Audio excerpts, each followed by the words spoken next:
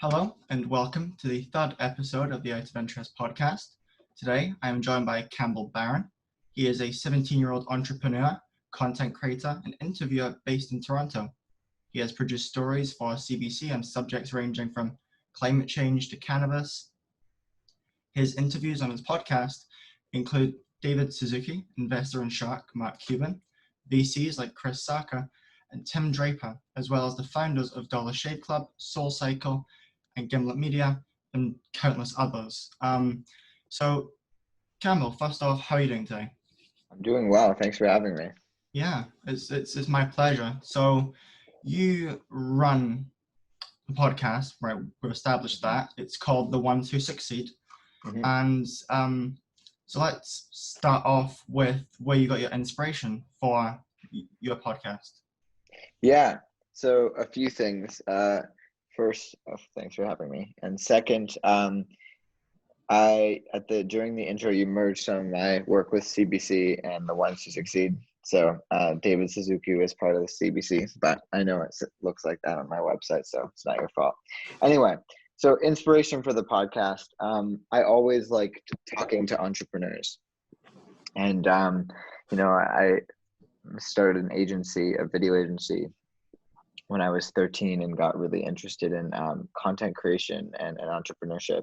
But whenever I saw an entrepreneur, or happened to be around one, and this was at a small scale, didn't matter what it was, I was just always gravitate towards talking to them. I loved listening to interviews, and so in 2018 I thought I could kind of do my own podcast. And so I didn't know anyone at the time. I didn't really have a lot of money, but I figured if I could get a sponsor who would kind of back it, which I did, Skillshare, and then just started reaching out to a bunch of people that I thought were of interest, that really interested me. Entrepreneurs I really looked up to, like Elizabeth Culler from SoulCycle and Chris Sacca, and the founder of Dollar Shave Club, and StubHub and Gimlet Media, and tons of people that I really, really looked up to.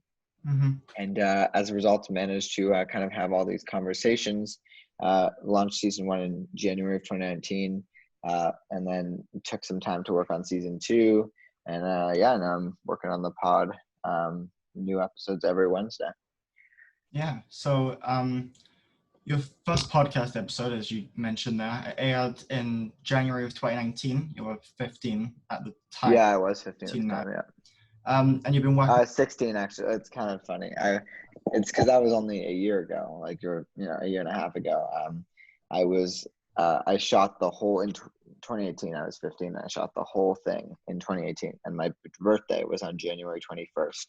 And I think I launched 2 days before my birthday, so I was only 15 for 2 more days. But yeah, so not a big difference. Essentially, you started off young, and you've been working on the podcast ever since. Yeah. The goal at the show at the beginning, where did you see this in a couple of years? That's a good question. I think the goal at the beginning was, could I make a podcast? Establishing that. That's not really a goal. That's more of a question. But the goal was linked to that question, which was, okay, if I could make a podcast, the goal was to talk to people I really looked up to, and that was a check. And I think the next goal was can I actually sustain this? And season 1 was a big X. I couldn't sustain season 1. It took a long time to put together. Part of that involved all the traveling that I did, which I had a sponsor, so I was able to do so, and I'm glad I did, because it was awesome to meet people in person. But at the same time, I felt that I need to kind of rejig the format. So season 1 and season 2, there was a year gap between when I launched season 1 and season 2, even more of a year. But it took a year. It was basically a year from the last episode of season 1 to the first episode of season 2. And I was still figuring things out, but part of that year was figuring out the format. And could I do interviews via Zoom? Could I do interviews via would online work? This was kind of before the work from home boom. This was before Corona.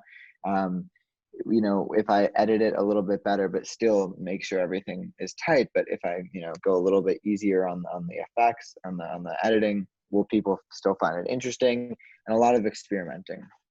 And so I think the goals have changed. Now the goal is okay, I need to figure out a way to make sure I can do this for the next 10 years, 5-10 years at least.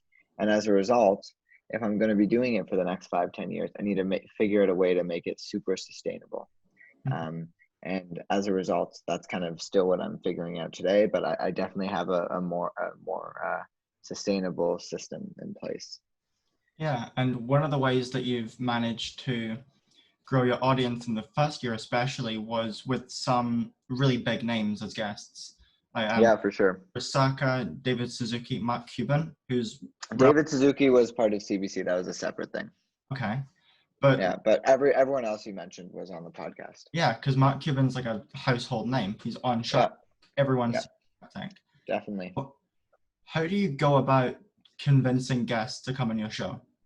Well, I mean, Mark Cuban was probably the easiest I've ever done. I'm not going to lie and say like it was very difficult, because I did a lot of work beforehand interviewing well-known names. Like Chris Sacca, for example, who's like a legendary venture investor in the Bay Area in San Francisco, early investor in Twitter and Uber and like pretty much every hot startup. Chris took a while to chase down to actually like get him to do an interview, but Mark and Chris are actually really good friends. And so, I think that the validation aspect was very, I think played to my advantage, especially when considering the fact that, Mark Cuban probably gets a ton of interview requests every day, but does he get some from 17-year-olds? Probably a little less. And then does he get some from kids who are like who have interviewed some of his friends already and like have this like, my show is not huge, by the way, but it's, the guests I have are established enough that it makes it de-risks it a little bit. That's all you're trying to do is just de-risk it. Make sure Mark Cuban comes out of that saying that was not a waste of time, right? That's pretty much the ultimate goal from the guest part.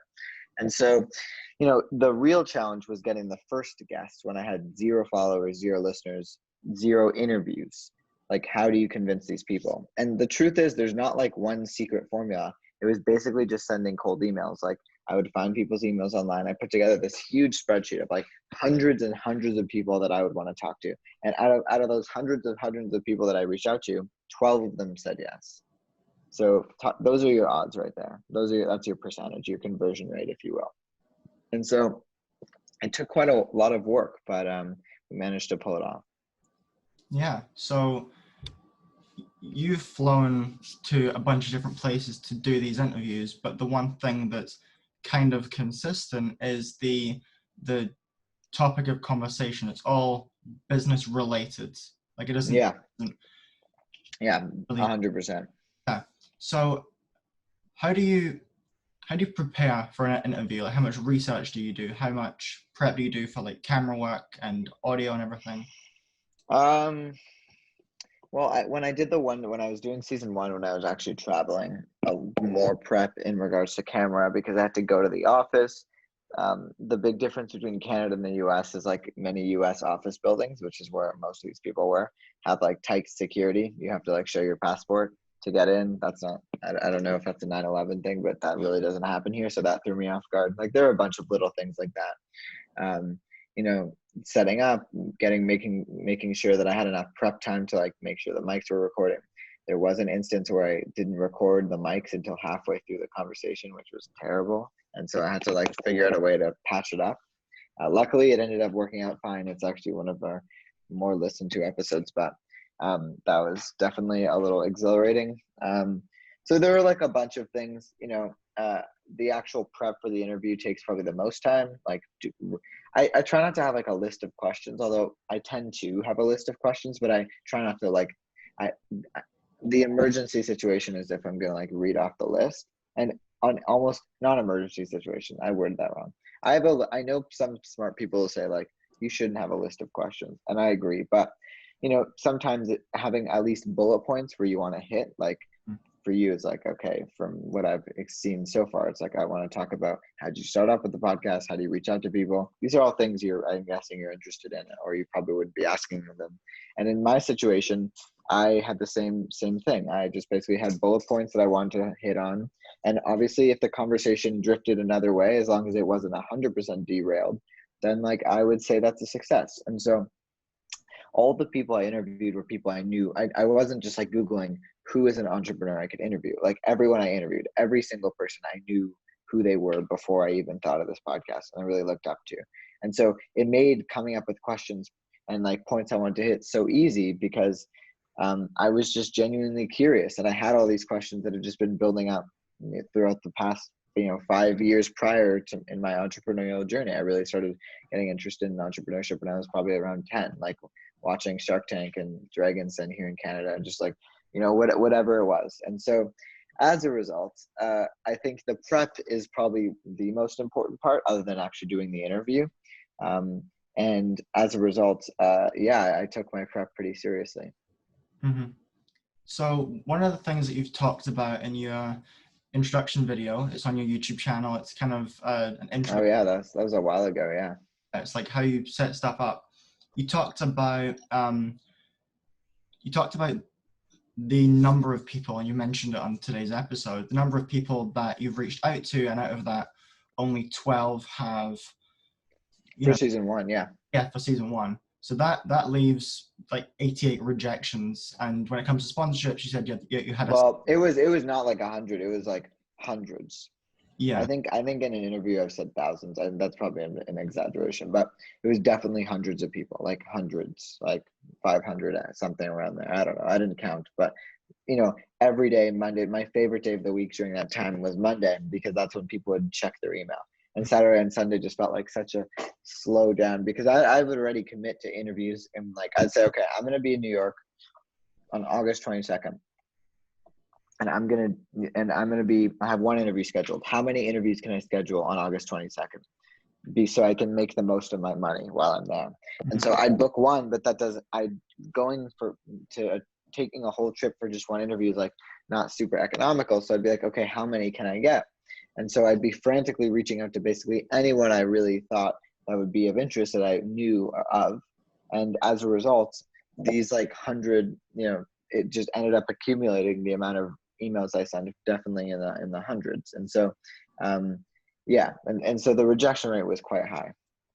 Yeah. So you got a sponsorship at Skillshare at the age of 15.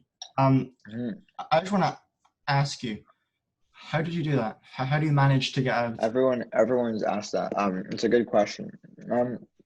I mean, look, to give Skillshare's credit, like they took a pretty decent like risk. I mean, it's not like I got $1 million from them, but I got a decent amount of money for a show that didn't exist. Pretty much, it was in an idea at that point. I think I booked like 2 interviews, and so as a result, I knew when I started the show, I thought I really had to travel, and I was probably right for season 1. It was really great to like meet kind of my idols in person. Zoom is fine too, but in person is like a different level of connection. And as a result, I figured, okay, if I'm gonna need to do this and I don't have all the money, and my parents clearly weren't gonna pay for like 100% of this, like how am I gonna make this work? And so I just sent a bunch of cold emails to various sponsors that I heard on various podcasts and YouTube channels, a bunch of people. There are like 10 main brands that you see all over the internet that just sponsor YouTubers and podcasters, and Skillshare is one of them. And one thing led to another, and they really liked the vision, and they decided to back me. And so and they gave me definitely not a ridiculous amount of money, but enough that I could figure out a way to make this podcast work super in a lean and scrappy way. Very lean and scrappy. So one of the main ways that you've grown, certainly recently, is your TikTok account, right? Yes, definitely. Amassed approximately 60,000 followers. It's got around 2 million total likes, and you've got multiple videos that surpass 1 million views. Because kind of your main platform, because the numbers that you're pulling on TikTok, they surpass the number of views per episode on podcast. Yeah, well, to be fair, the YouTube channel doesn't actually represent my podcast. Yeah. The TikTok is definitely bigger than my podcast, but the podcast which you subscribe to on Apple Podcasts or Spotify, like it's not terrible, but it's not terrible, and it's definitely not TikTok size, but it's much bigger than my YouTube channel for sure. My YouTube is like my most neglected platform, which is probably really bad, but oh well. Yeah, speaking of platforms, TikTok is like your main platform, kind of, because although Yeah, although I would say like my main platform in terms of numbers, yes, but in terms of like growth and opportunity and like networking and you know, my goal is that my podcast is my main platform, and I don't want to be a TikToker. Nothing wrong with that. It's just not my goal. I started my podcast, or started the TikTok page, or later on, really to promote my podcast, and I think I've done a decent job at that. Podcast has grown because of TikTok, so so, it's my most followed platform. Yes. so going back to that, why do you think TikTok is is the best platform for growing a brand? Because you've done it so quickly. Well, quickly, but kind of not quick. Maybe it feels quickly, Hmm. quicker than it would have taken on YouTube for sure. But unlike those stories where people just post a video and then it goes viral, or like they get 200,000 followers overnight, like that just never happened for me. It really just never happened. I was always kind of, I got a couple videos over 1 million views, but that doesn't really do that much, to be honest. Like, I don't know. I think I got like 5,000 followers from that. And I'm not even that big on TikTok, so I have a hard time giving advice. But I can just say that TikTok is one of the only platforms where you can post a video and it might get 1 million views. There's more luck than people would like to admit in regards to that. But it is true that if you post a video, it's shot well, it's whatever, it accomplishes its goal, and it's at the right time at the right place. Yes, it is a platform where you can grow quickly.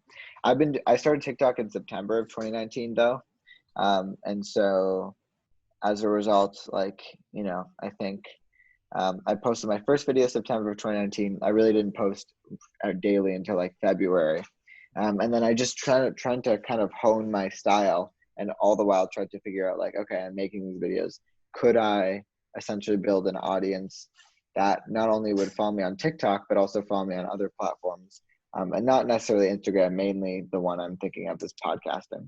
because to be fair, like I've said this on other interviews in the past, and I'm not a huge social media fan. Like I go on Instagram, I have my TikTok addiction like everyone else does. But if my job really wasn't involving social media and I was just like a banker or something, I don't know, or some like job that didn't involve social media, I'd happily delete TikTok and Instagram and Twitter and everything.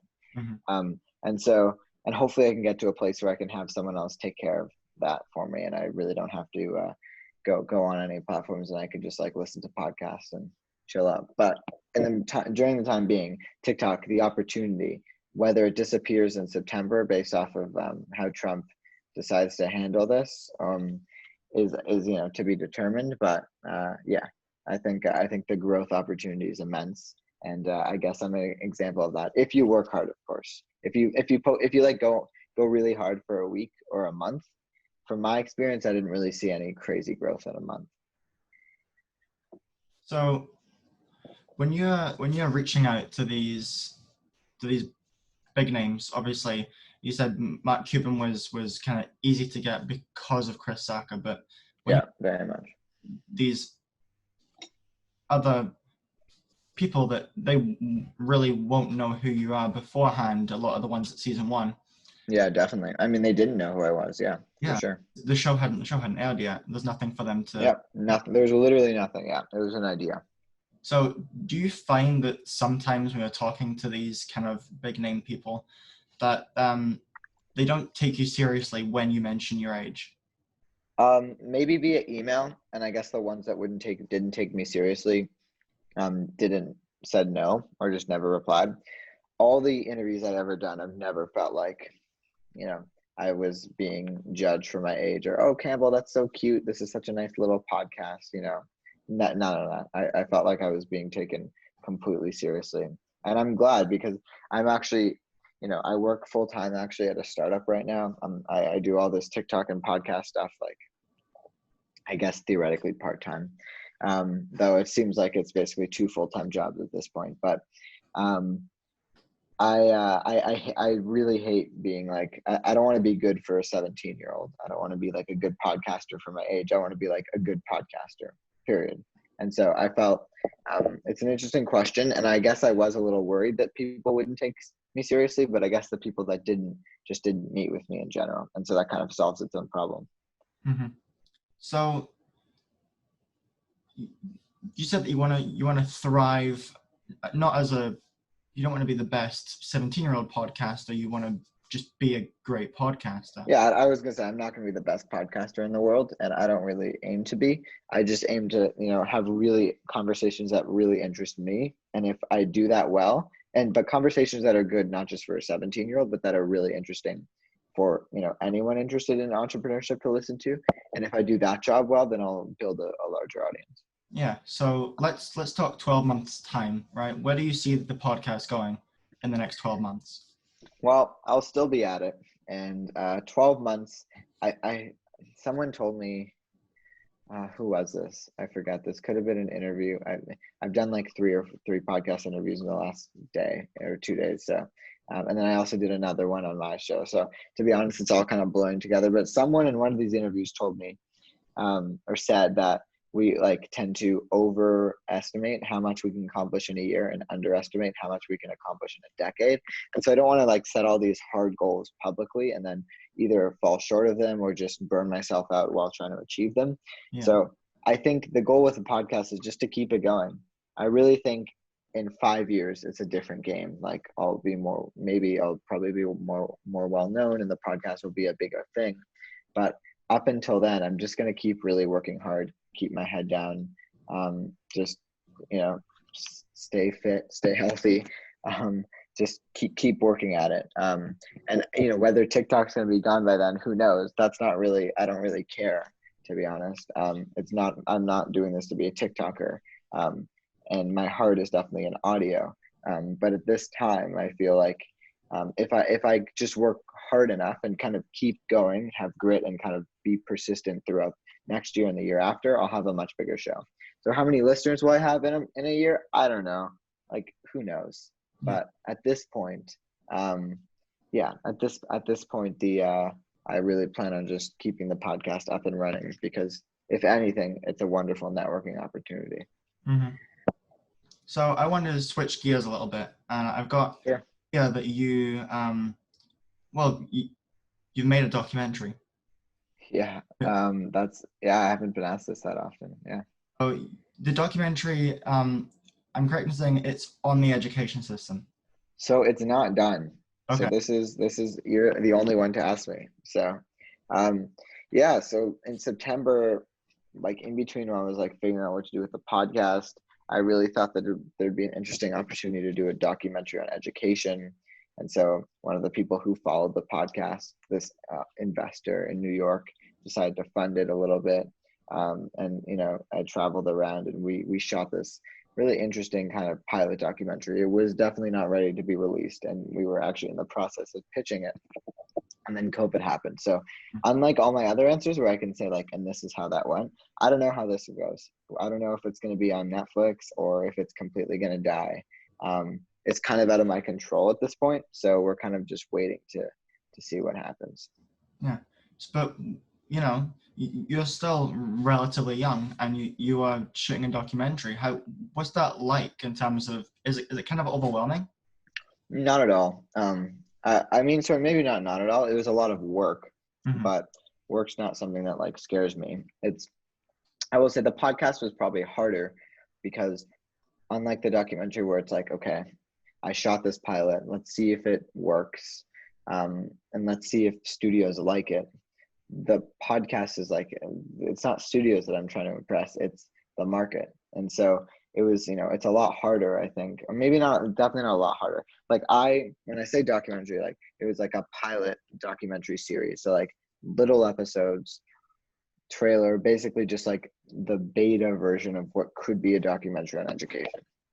It was no Oscar worthy production. And so, I think I would like, if you compare it to the podcast experience, I would say the podcast experience is probably harder and more overwhelming.